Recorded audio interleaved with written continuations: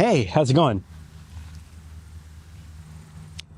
I was on this wonderful podcast recently with called The Yakking Show with Peter and Kathleen, who were gracious and wonderful hosts. And thank you so much for having me on. On there, I was asked a question, about when are you ready, and what advice I would give, and I mentioned that anybody who's been through a major traumatic episode, losing a spouse or whatever, and this applies, by the way, even if you are on the receiving end of a divorce, to wait 1 year before making any major decisions.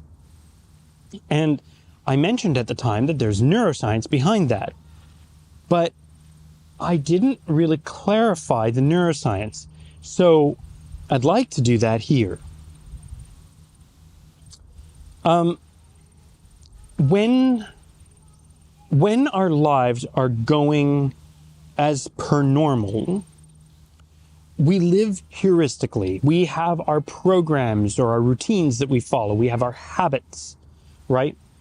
Now, we do this instinctually because making decisions actually burns calories.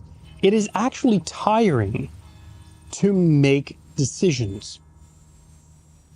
So when we lose our spouse, whether it's from a death or via a divorce or a separation of some kind or what have you, all of a sudden those old programs, the stuff that we took for granted, doesn't work anymore because they are not there to kind of, they are part of our routine so much, or they might be in charge of, maybe it's whether they're in charge of, meals or taking care of the family or social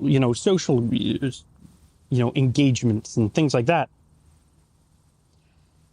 And that's the trick, is that now all of that comes on us, which means that we now have to devote a sizable amount of mental energy making decisions, filling roles that we didn't before, or taking on new things that we must take on, or that we feel we must take on. So that's where you really kind of have to do an inventory and take on what roles choose what roles you're going to take on and, really take them on. But that's another conversation.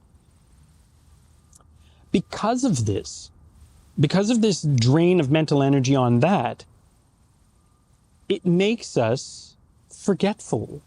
We are more tired. We are less engaged in the things that we used to do on our leisure time because so much of our energy goes into these new parts of our day-to-day, of our survival, of our, and that's where this all comes in. That's why more forgetful, more tired, all of that. So widow brain, as they refer to it. So, and also, don't start a business or sell the house if you don't have to. Of course, sometimes you do. Sometimes, that dual income or that money was what allowed you to keep the house. So if you have to make a decision, or, if the decision isn't really a decision, then yes, you have to go with it. But you want to keep as firm a foundation as you possibly can so that you can start to build new habits, new traditions, new heuristics that serve you well. And that takes a certain amount of intentionality, because without that, all of a sudden now you could wind up making all these crazy decisions and, I'm going to change jobs and I'm going to change house and this and that, and I'm going to jump into a relationship, and you find yourself in a position where you're out of the frying pan and into the fire because you were making these decisions purely emotionally or that you find yourself kind of worse off. If any of this is like, oh my God, yes, who can I talk to about this? Hi, I'm Richard Struther. I'm the Widower's Wingman. You can find me at thewidowerswingman.com, and if you want to talk about it with somebody, I'm around. You can book a free call with me.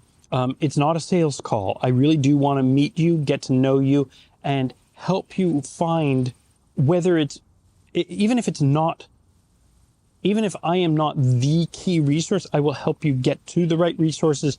And that kind of goes to Are You Ready to Date, which I will be doing a video on very soon. And that is a big part of this. So if you need to talk about that, please do reach out.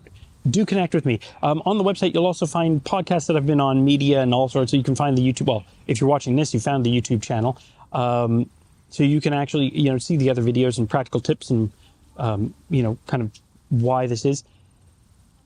And I want to thank you for watching. Like and subscribe if you want.